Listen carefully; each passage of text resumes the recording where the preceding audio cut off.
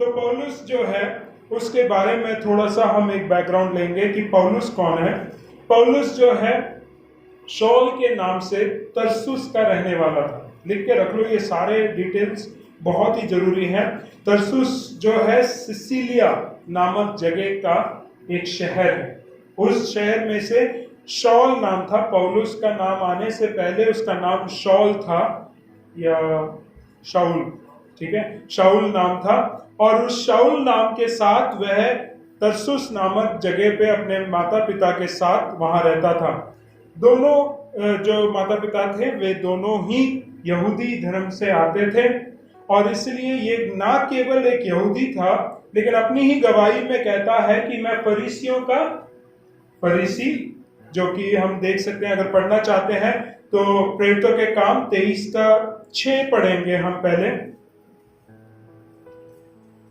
तब पौलुस ने हाँ। जानकर कि एक दल सदूकियों और दूसरा फरीसियों का है, सभा में पुकार कर कहा, हे भाइयों, मैं फरीसी और फरीसियों के वंश का हूँ।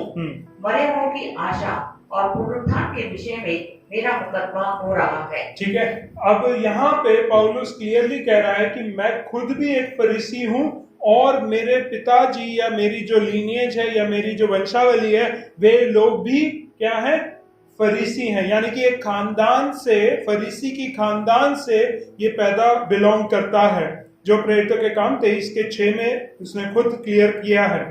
फिर उसके बाद वो कहता है इब्रानियों का इब्रानी, यानी कि उसमें एक ही बात है कि वो इब्रानी भाषा में निपुण था, कि उसका जो लैंग्वेज होल्ड था वो इब्रानी भाषा में भी अच्छा था और उसके साथ साथ वो रोमी नागरिक होने के वजह से उसकी भाषा स्ट्रॉन्ग एक और भाषा में थी, वो थी यूनानी। तो इब्रानी हो या यूनानी, दोनों भाषाओं में निपुण एक व्यक्ति था पौलुस।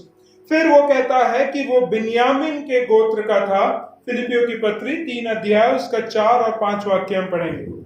मैं तो शरीर पर भी भरोसा रख सकता हूँ। हाँ। यदि किसी और को शरीर पर भरोसा रखने का विचार हो, हाँ। तो मैं उससे भी बढ़कर रख सकता हूँ। हाँ। 8वें दिन मेरा खतना हुआ, इस्राएल के वंश और बिन्यामीन के गोत्र का हूँ। ठीक है, बिन्यामीन गोत्र में से वो बिलोंग करता है और उसकी जो व्यवसाय के रूप में अगर बात करें तो उसने बचपन में ही टेंट मेकिंग या तंबू बनाने की जो कार्य है उसको सीख लिया था।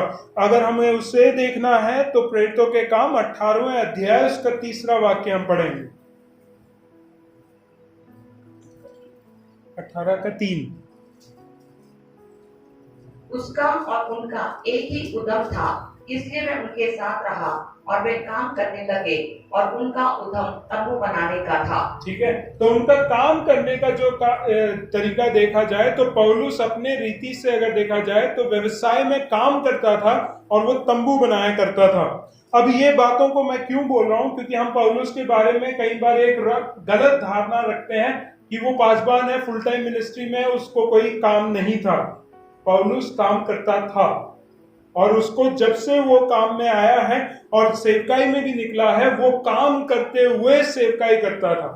ठीक है, तो कोई भी एक रॉन्ग धारणा नहीं बनाना कि पासबान है तो फुल टाइम मिनिस्ट्री में ही होना चाहिए। फुल टाइम मिनिस्ट्री का मतलब क्या है कि कोई वो व्यवसाय या संसार का काम नहीं कर सकता है लेकिन उसको ऐसे ही अपने सेवकाई को करके सेवकाई करना है, नहीं। तो यहाँ पे पौलुस जो काम करने का एक रीजन भी है कि वह खुद अपने काम के पैसे के द्वारा अपनी सेवा को स्पॉन्सर करता है। ठीक है, कई जगहों से उसको हेल्प मिलती थी और वो लेता भी था और कई जगहों से हेल्प मिलने के बाद भी उनसे मना कर देता था, क्योंकि उनका जो सोच है या आत्मिकता है या जो परमेश्वर के प्रति जो प्रेम है वो कम होने की वजह से पौलुस खुद अपने काम के द्वारा उन मिनिस्ट्री में, सेवकाई में हेल्प करता था। तो वो बात को समझना जरूरी है कि हम अपने रीति में भी, हम अपने विश्वास में भी हम ये ना सोचें कि सब कुछ छोड़ छाड़ के सिर्फ प्रभु की सेवा करो। वो कहीं पे भी बाइबल नहीं कहता है। बाइबल कहता है कि तुम अगर काम कर सकते हो तो काम करके रोटी खाओ। गलातियों में लिखा हुआ है, अगर मैं वो बाद में कभी जब गलातियों में पहुंचेंगे तब हम उस बात को देखेंगे। तो एक और बात जो पौलुस की हमें जानने की जरूरत है कि पौलुस ने जवानी में ही गमालियल के अंडर अपनी पढ़ाई करी है। यानी कि बाइबल का पूरा अध्ययन, बाइबल की क्या क्या सेवकाइयां हैं, कैसे करना है, सारी बातों को समझने के लिए गमालियल के अंडर, मतलब उसके पैरों के नीचे बैठकर उसने सब कुछ को सीखा है। अभी इसका भी क्या रीजन है, गमालियल का नाम क्यों बोला गया है? क्योंकि उस समय में सबसे प्रमुख और सबसे प्रचलित कह सकते फेमस एक टीचर अगर यहूदी धर्म के बारे में था तो वो गमालियल था। तो वो कहने के लिए एक गर्व बात है कि मैं इस स्कूल से पढ़ा हूं, बोलते हैं ना कुछ लोग, दून बाइबल कॉलेज से पढ़ा हूं या एनटीसी से पढ़ा हूं या एसएबीसी से पढ़ा हूं। क्यों हम इतना गर्व के साथ बोलते हैं? क्योंकि वो कॉलेज या इंस्टीट्यूशन का कुछ एक अच्छा औहदा है और उसी के वजह से जो वहां से पढ़ के निकले होते हैं उनको आंख बंद करके कहीं इंस्टीट्यूशंस के ले लेते हैं ना। उसी तरीके से गमालियल से पढ़ के निकला हुआ अगर कोई व्यक्ति है तो वो हर एक रीति से सही बात को सीख के निकला होगा। ठीक है, तो फिर इसलिए जब उसने गमालियल के नीचे से पढ़कर वो निकला, वो यहूदियों जो नॉर्मल यहूदी हैं उनसे बढ़कर धर्म के कार्यों को करने लगा। ठीक है, इसलिए वो सताव के पीछे गया। कलीसिया के लोगों को, जो हमारे मसीह लोग थे, उन लोगों को सताने, उनको खत्म करने, उनको जेल में डालने के लिए ये सारे कामों में इसलिए गया क्योंकि जो उसने सीखा हुआ था यहूदी धर्म का बिल्कुल निचोड़ के उसके अंदर डाल दिया गया था। इस वजह से वो जो भी यहूदी धर्म के अगेंस्ट में जाते थे उन लोगों को सताने के लिए निकला हुआ था। ठीक है, गलातियों की पत्री 1:14 भी हम उस बात को देख सकते हैं, पढ़ सकते हैं कि कितना वो अपने धर्म को लेकर जलन रखने वाला व्यक्ति था। अपने बहुत से जाति वालों से जो मेरी अवस्था के थे यहूदी मत में अधिक बढ़ता जाता था और अपने बाप दादाओं की परंपराओं के लिए बहुत ही उत्साही था। बहुत ही ज्यादा उत्साहित रहकर कार्य करने वाला एक व्यक्ति था पौलुस। अब पौलुस के बारे में और अगर कुछ बात करना है तो ये फेमस है कि पौलुस जाना जाता था कि वो कलीसिया को सताने वाला है। ठीक है, ये कलीसिया की पर्सपेक्टिव से उसको जब देख रहे हैं या कलीसिया की दृष्टिकोण से देख रहे हैं तब इसको ये पता चलता है कि पौलुस जो है कलीसिया को सताने वालों में से था। और इस बात के लिए हम देख सकते हैं कि प्रेरितों के काम 7:58 से 83 तक पूरा भाग कौन सा है वो भी मैं समझा देता हूं। स्टेफनुस के मरने का समय, उस समय में भी पौलुस जो है वहां पे उसमें हामी भरता है। और उसके बाद हम देख सकते हैं प्रेरितों के काम 26:10 और 11 में, गलातियों 1:13 में, सब जगह पे पौलुस इस बात को दिखा रहा है कि किस तरीके से अपने लोगों में से यानी कि यहूदी धर्म में से जो लोग मसीह के पीछे जा रहे थे उनको कैसे ये सताया करता था। अब ये सताव करने के पीछे का कारण भी हमने बता दिया है। और जब तक इसका मन परिवर्तन नहीं हुआ, इसका मन परिवर्तन कहाँ हुआ था? दमिश्क के रास्ते में। मैं सोचा कि पास्टर साहब ने जो सिखाया वो भूल गए हो। दमिश्क के रास्ते में इसका जब मन परिवर्तन हुआ है उसके बाद से उसने कलीसिया को सताना छोड़ दिया। ठीक है, अब यहूदी धर्म और यहूदी संस्कृति के बारे में ही अब तक हमने बात किया। अब इसकी यूनानी संस्कृति के बारे में भी हम बात कर लेते हैं। प्रेरितों के काम 17 उसका 28वां वाक्य हम पढ़ेंगे।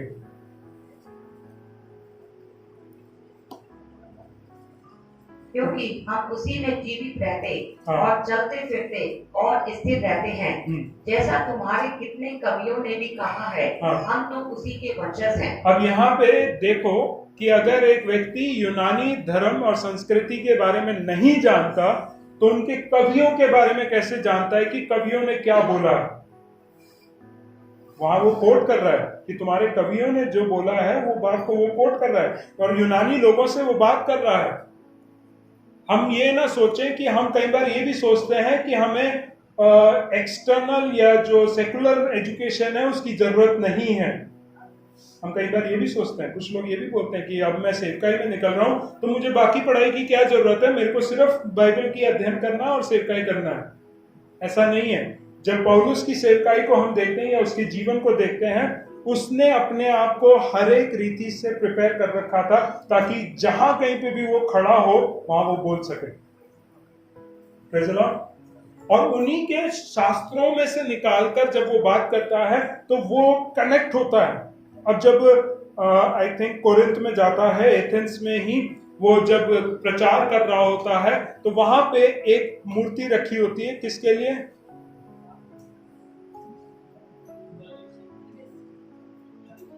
अनजाने ईश्वर के लिए। अनजाने ईश्वर के लिए एक पोजीशन रखा हुआ है और कोई इमेज नहीं बनाई हुई है क्योंकि वो अनजाना है। उसी जगह पे वो खड़े होके अनजाने ईश्वर को यीशु मसीह के रूप में बताकर उनके सामने रखता है।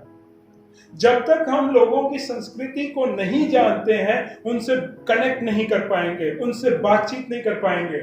इसलिए कई बार हम अच्छा से अच्छा प्रचार भी कर दें, वो लोग क्यों नहीं सुन पाते? क्योंकि उनकी संस्कृति से कनेक्टेड नहीं है।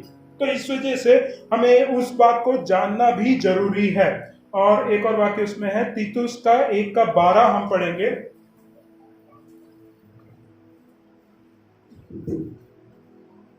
उन्हीं में से एक जन ने, जो उन्हीं का भविष्यवक्ता है, कहा, क्रेती लोग सदा झूठे, दुष्ट पशु और आलसी पेटू होते हैं। हाँ, अब क्रेती लोगों के बारे में कैसे पता पौलुस को? उनकी संस्कृति को जानना है। हम अपने आसपास रहने वाले लोगों के बारे में ही अगर नहीं जानते तो हम उनसे कैसे कनेक्ट करने की कोशिश कर रहे हैं? हम सुसमाचार सुनाने जाते हैं, अगर हम उनकी ही संस्कृति को नहीं पहचानते हैं, हम कैसे सुसमाचार प्रचार कर सकते हैं? क्योंकि जब तक हम, जैसे वो चींटी की बात है, अगर हम चींटी नहीं बनेंगे तब तक चींटी की भाषा नहीं बात कर सकते, वो हमें नहीं समझ सकते, वो हमसे कनेक्ट नहीं होंगे, हमारी आज्ञाओं को नहीं मानेंगे, क्योंकि हम खुद चींटी नहीं है। इसलिए हमें जिन लोगों के साथ जाकर उनसे बातचीत करना है, उनकी संस्कृति। अब मैं संस्कृति जब बोल रहा हूं तो कई लोग ये सोच के बैठते हैं कि उनके धर्म को भी सीख के रखना है। नहीं, धर्म और संस्कृति हमेशा अलग है। बेशक बहुत सारी रीति से वो दिखाया ऐसे जाता है कि वो दोनों एक हैं, लेकिन दोनों एक नहीं है, दोनों अलग हैं। हमारी संस्कृति के अनुसार हम बड़ों को आदर देते हैं, है ना?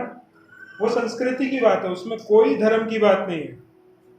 हमारे यहाँ पे, हमारे जो एशिया के लोगों के बीच में ऑनर और डिस्ग्रेस बहुत चलता है।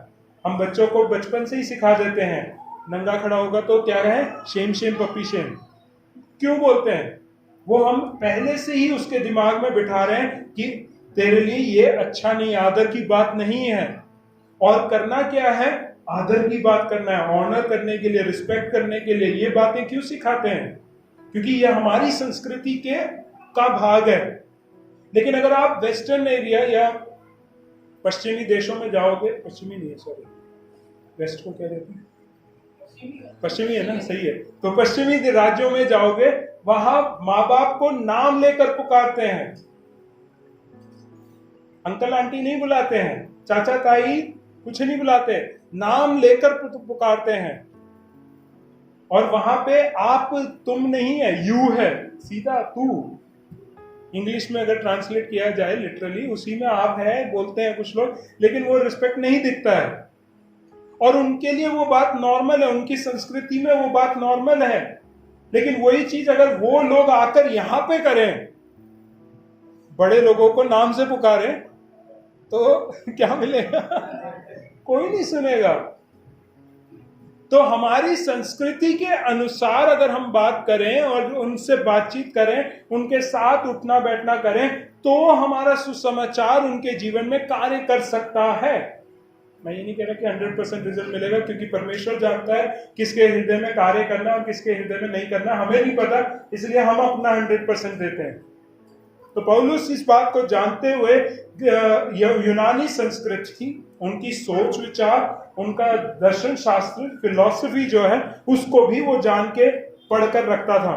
रोमी वो नागरिक था, उसके बारे में वो कहता है प्रेरितों के काम 22 अध्याय 28वां वाक्य। यह सुनकर पलटन के सरदार ने कहा, मैंने रोमी होने का पद बहुत रुपए देकर पाया है। पौलुस ने कहा, मैं तो जन्म से रोमी हूँ। वो जन्म से ही रोमी है। उसका कारण क्या है वो भी मैं समझा देता हूँ। इसके पिताजी, पौलुस के पिताजी जो है, जहाज बनाने का काम करते थे। रोमी साम्राज्य को जहाज बना के देने के वजह से उनको, यानी कि उनके पिताजी को, रोमी नागरिकता मिली है। और उसके पिता को मिलने के वजह से ये जब जन्मा है, ये ऑटोमेटिकली रोमी नागरिक बन गया है। अब रोमी नागरिक का भी कारण क्या है, क्यों वो बोल रहा है इस बात को बड़े ही गर्व के साथ? क्योंकि रोमी नागरिक के लिए कुछ कुछ नियम कानून अलग थे। किसी भी एक व्यक्ति के समान, एक नॉर्मल व्यक्ति के समान उसके साथ बर्ताव नहीं किया जा सकता था। रोमी नागरिक के लिए अलग अलग प्रिविलेजेस दिए जाते थे। अब वो नागरिकता उसको मिली हुई है। अब हम भी एक देश के क्या हैं? पक्का? कितने लोग टैक्स पे करते हैं? जितने लोग टैक्स नहीं पे कर रहे हैं तो उसका मतलब फिर वो गलत है, नागरिक नहीं है। कितने लोगों ने वोटिंग किया था? और जितने लोगों ने नहीं किया वो फिर नागरिकता के हिसाब से कार्य नहीं कर रहे हैं। हम अपने ही नागरिकता होने के बाद हम ये कई बार सोचते हैं, और ये तो राजनीति है, इसके लिए हमें क्या है, इसमें कोई आत्मिकता नहीं। आत्मिकता है उसके पीछे भी। राजा का चुनना बाइबल में लिखा हुआ है कि तुम्हारे अधिकारी कौन है, वो परमेश्वर के द्वारा चुने गए हैं। तो हमें कार्य करना है, हमारे देश के प्रति, हमारे राज्य के प्रति हमें कार्य करना है। हमें उसकी उन्नति के बारे में सोचना है। जब तक हम इधर इस संसार में हैं तब तक, उसके बाद तो कोई नहीं सोचता है ना। हमें वो कार्यों को करना इसलिए क्योंकि नागरिकता के वजह से हमें बहुत फायदे हो रहे हैं। मान लो कि अगर आप ताजमहल देखने जा रहे हो, आपको पता है वहां पे टिकट काउंटर में डिफरेंट डिफरेंट प्राइस लिस्ट होते हैं। भारत के लोगों के लिए कितना है? 50, और बाहरी राज्य के लिए 500। 50 और 500 का फर्क है, 10 गुना फर्क है। हमारी नागरिकता के वजह से हमें 50 रुपए देने हैं, नहीं है तो 500 देने पड़ेंगे। समझ रहे हैं? बहुत सारी ऐसी बातें हैं, हमारी नागरिकता के वजह से भी हम बहुत सारे कार्यों को कर सकते हैं। अभी देश के नागरिक होने की वजह से हमें कोई ऐसे ही एंटी नेशनल बोलने से हम एंटी नेशनल थोड़ी हो गए। हम हैं नेशनल, हमारा पूरा आधार कार्ड बना है, हमारा वोटर आईडी है, हम वोट देते हैं रेगुलरली, सारा डिटेल, अगर करेक्ट तरीके से टैक्स भी पे कर रहे हैं, कोई भी हमारे देश में से ही हमें कुछ हानि नहीं पहुंचा सकता है, क्योंकि हम सही हैं सारी तरीके से। ठीक है, तो इस बात को याद रखना कि हमारी नागरिकता भी इंपॉर्टेंट है। प्रेरितों के काम उसका 16वां अध्याय और उसका 37 वाक्य से लेके 39वां वाक्य तक पढ़ेंगे। ये तब की बात है जब रोमी ने इन लोगों को, पौलुस को फिलिपी में पकड़ के रखा हुआ था बंदी गृह में। परंतु पौलुस ने उनसे कहा, हाँ। उन्होंने हम जो रोमी मनुष्य हैं, हाँ। दोषी ठहराए बिना लोगों के सामने मारा और बंदी गृह में डाला। अब क्या हमें चुपके से निकाल रहे हैं? ऐसा नहीं, परंतु वे स्वयं आकर हमें बाहर निकाले। सिपाहियों ने ये बात हाकिमों से कही और वे ये सुनकर कि रोमी है डर गए और आकर उन्हें मनाया और बाहर ले जाकर विनती की कि नगर से चले जाएं। वे बंदी गृह से निकलकर लुदिया के यहाँ गए और भाइयों से भेंट करके उन्हें शांति दी और चले गए। देखो, रोमी नागरिक होने के वजह से उनके अंदर, जिन लोगों ने उनको पकड़ रखा था, उनके अंदर तक डर आ गया। क्यों? क्योंकि बिना किसी एक मुकदमा हुए उनको कोई भी पनिश नहीं कर सकता, लेकिन इनको पनिश कर दिया, इनको बंदी गृह में भी डाल दिया, और इस वजह से वो डर गए क्योंकि वो रोमी नागरिक थे। हमें ये बातों को समझना है कि हम कौन हैं, ये बहुत ही महत्वपूर्ण है। हम कहाँ से हैं, हम क्या हैं, हम कैसे थे, क्या कुछ किया है, क्या कुछ पढ़ा है, क्या हम व्यवसाय में हैं, बहुत ही इंपॉर्टेंट है। क्योंकि परमेश्वर ने हमें ऐसे ही नहीं चुन लिया है, हमारे अंदर कुछ कुछ बातें देखी हैं और उन बातों को देखते हुए हमें इस्तेमाल किया है। आखिर एक बात और, फिर उसके बाद पौलुस के कन्वर्जन के ऊपर जाएंगे। पहला कुरिन्थियों उसका 9 अध्याय उसका 22वां वाक्य।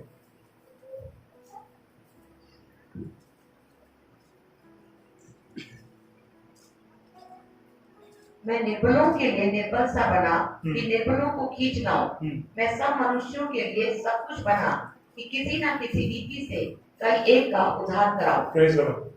ये सारी खूबियां जो पौलुस के अंदर थी, उस वजह से ये कह सकता है कि मैं सब मनुष्य के लिए क्या बना, मनुष्य के समान बना, उनके समान मैं बन गया, ताकि किसी एक को मैं उद्धार दे सकूं। वो नहीं कह रहा कि सबको उद्धार दे सकूं।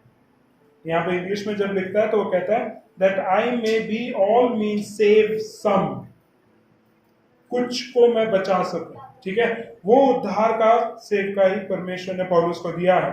अब पौलुस की अगर हम कन्वर्जन के बारे में मैं थोड़ा सा ही कुछ बोल के मैं निकलना चाहूंगा, क्योंकि हमने देखा है कि स्टिफनुस के समय में ही उसने हामी भरी कि उसकी मृत्यु बिल्कुल सही थी, और वो दमिश्क के रास्ते में गया, दमिश्क के शहर में जाना चाहता था ताकि वहां के मसीह लोगों को सता सके, कुछ लोगों को प्रिजन में डाल सके।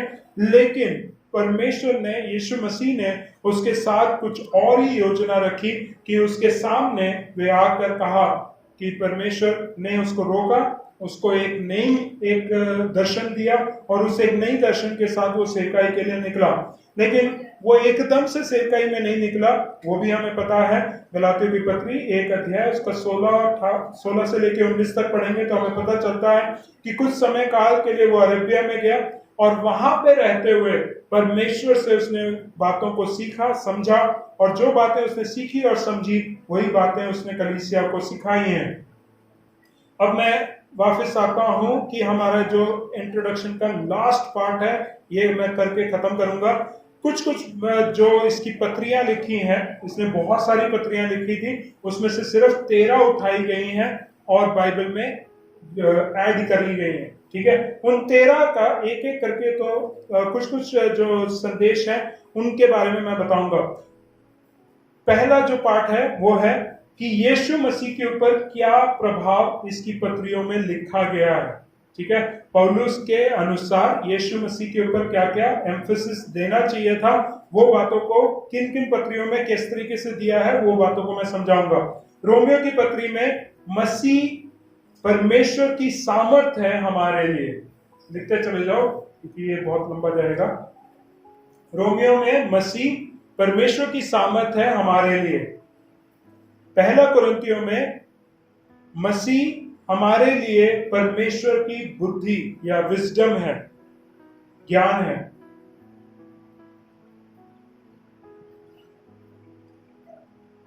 पहला कुरिन्थियों में मसीह हमारे लिए परमेश्वर की बुद्धि या ज्ञान है। दूसरे कुरिन्थियों के अनुसार मसीह हमारे लिए परमेश्वर की सांत्वना है, कंफर्ट।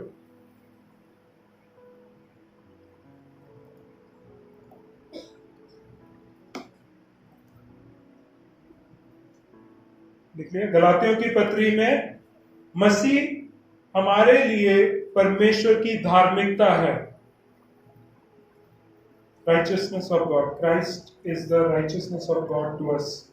गलातियों की पत्री के अनुसार। इफिसियों के अनुसार मसीह हमारे लिए परमेश्वर का धन है, riches of God.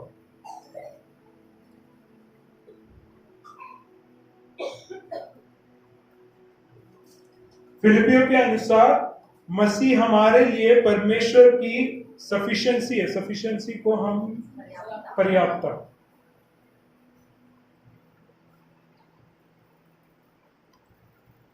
कुलोसियों के अनुसार मसीह हमारे लिए परमेश्वर की पूर्णता है, फुलनेस ऑफ गॉड।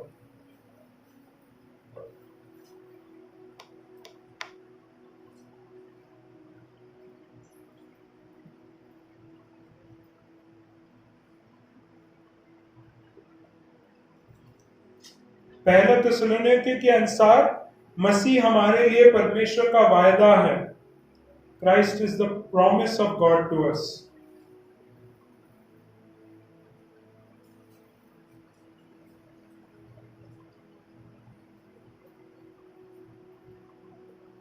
दूसरा थिस्सलुनीके के अनुसार मसीह हमारे लिए परमेश्वर का रिवॉर्ड है। रिवॉर्ड को क्या कहते हैं? पुरस्कार, इनाम या पुरस्कार।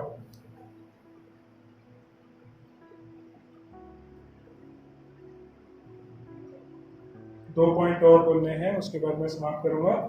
अगला है सुसमाचार के संदेश का क्या प्रभाव है इन पत्रियों में? रोमियो के अनुसार सुसमाचार और उसका संदेश,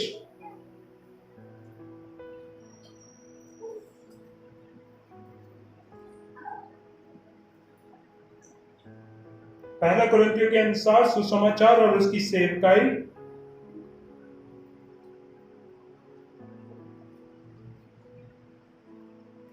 दूसरा कुरिन्थियों के अनुसार सुसमाचार और उसके सेवक मिनिस्टर्स, गलातियों के अनुसार गॉस्पेल एंड इट्स म्यूटिलेटर्स, म्यूटिलेटर्स होते हैं जो उसका नाश करने वाले हैं, गलातियों। इफिसियों के अनुसार सुसमाचार और उसकी स्वर्ग के समानता, heavenliness, gospel and its heavenliness. फिलिपियों में सुसमाचार और उसकी अर्थलीनेस।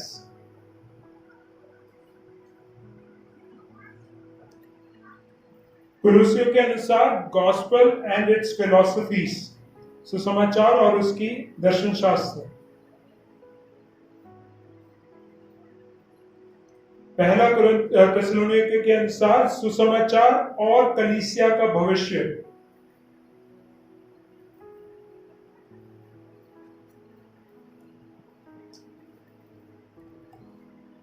और दूसरा थिस्सलुनीके के अनुसार सुसमाचार और एंटी क्राइस्ट, मसीह विरोध, उसको क्या कहेंगे, मसीह विरोधी।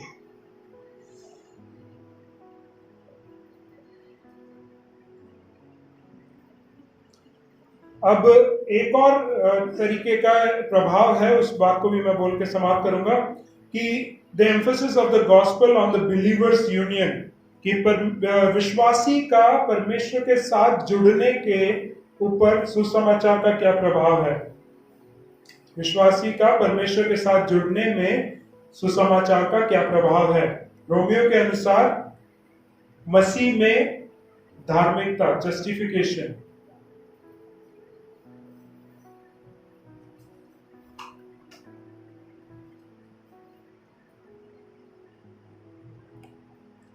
पहला कुरिन्थियों के अनुसार मसीह में शुद्धिकरण, सैंक्टिफिकेशन।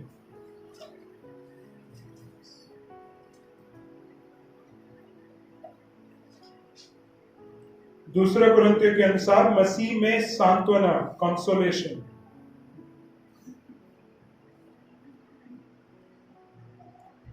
गलातियों के अनुसार मसीह में आजादी, लिबरेशन, इन क्राइस्ट लिबरेशन। इफिसियों के अनुसार मसीह में हमें ऊंचा उठाया जाना है, एक्सॉल्टेशन।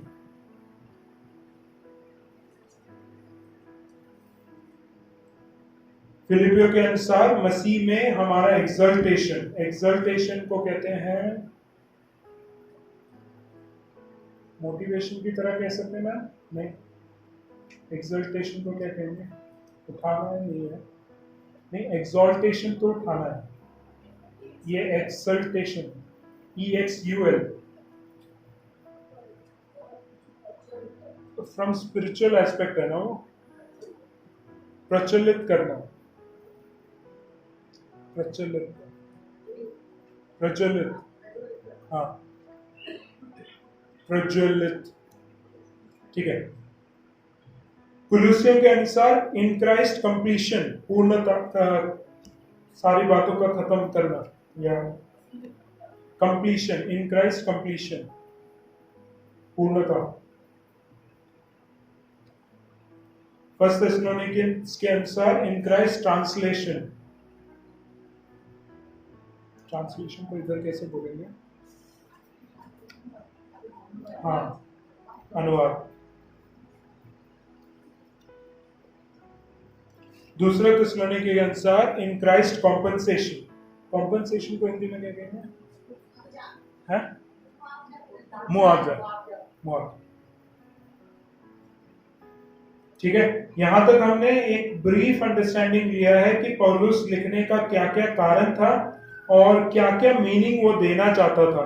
तो हम कई बार इन मीनिंग्स को छोड़कर अगर उस पत्री में से बोलेंगे तो समझ जाओ कि गलत बोल रहा है कोई।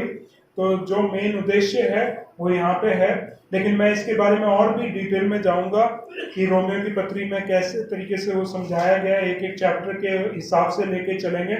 हम देखेंगे कि कब तक हम पूरा पत्री यहाँ खत्म करेंगे।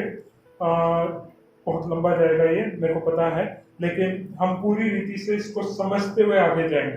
तो अभी तक जितना भी अगर हमने पढ़ाया है, जो सीखा है, अगर कोई डाउट होगा तो आप व्हाट्सएप कर सकते हैं या बाद में पूछ सकते हैं, लेकिन क्लियर होकर आप आगे जाना, ताकि किसी भी रीति से कोई भी हमें बहकावे में गलत बातों को ना सिखा पाए और हम गलत रीति से अपने विश्वास को ना बना पाए। ठीक है, तो इस बात को समझते हुए हम आगे जाएंगे। क्यों ना हम एक छोटी सी प्रार्थना करेंगे और समाप्त करेंगे आज के इस संदेश को। स्वर्गीय पिता परमेश्वर, हम धन्यवाद के साथ आपके चरणों में आते हैं। एक नए दिन और नए हफ्ते में प्रभु जी आपने हमें प्रवेश करने का मौका दिया। सुबह से लेकर अब तक आपकी उपस्थिति में, आपकी आत्मा की अगुवाई में परमेश्वर हर एक कार्य को होने दिया। प्रभु जी, जो भी हमसे ऊपर नीचे गलतियां हुई हों तो भी परमेश्वर आपने उसको क्षमा किया है, ग्रहण किया है, उसके लिए हम धन्यवाद करते हैं। एक और बार हम यही चाहते हैं कि हम अपने जीवन के द्वारा, अपने हर एक कार्यों के द्वारा हम आपको हमेशा उत्तम दान दे पाए। प्रभु जी, हमने जो भी गवाहियां, जो भी वचन यहाँ बोले गए, जो भी यहाँ पे भजन संहिता से बोला गया, जो भी हमने दान दिया है परमेश्वर, सभी कुछ को हम आपके हाथ में देते हैं। आप ही उसको आशीषित करना, आने वाले दिनों में और वृद्धि करना परमेश्वर, ताकि हम परमेश्वर आपके राज्य के लिए इस्तेमाल होने पाए। एक और बार आज के वचन के लिए भी हम धन्यवाद करते हैं। एक नए रीति से, नए तरीके से परमेश्वर वचन को सीखने, समझने के लिए जो हमने शुरुआत करी है परमेश्वर, उसके लिए हम आप ही के हाथों में अपने जीवनों को देते हैं, बुद्धि को देते हैं। आप ही हमें समझाइए, आप ही हमें सिखाइए, ताकि हम इन बातों में अपने दृढ़ता को बनाए रखें और विश्वास में मजबूती के साथ अपने जीवन को आगे चलाने पाए। एक और बार परमेश्वर, सारे विश्वासियों को हम आपके हाथ में देते हैं। जो बातें, जो गवाहियां, जो विनतियां, निवेदन परमेश्वर आपके सामने कही हैं, उनके लिए भी, और जो नहीं कही हैं उनके लिए भी प्रभु जी हम प्रार्थना करते हैं और हम मानते हैं कि परमेश्वर आप अपनी इच्छा, अपनी योजना के हिसाब से कार्य कर। प्रभु जी, ये पूरे हफ्ते हमें अपने पंखों तले बनाए रख। अगर आपकी योजना हो और आपकी इच्छा हो तो परमेश्वर अगले हफ्ते हम मिलने पाए।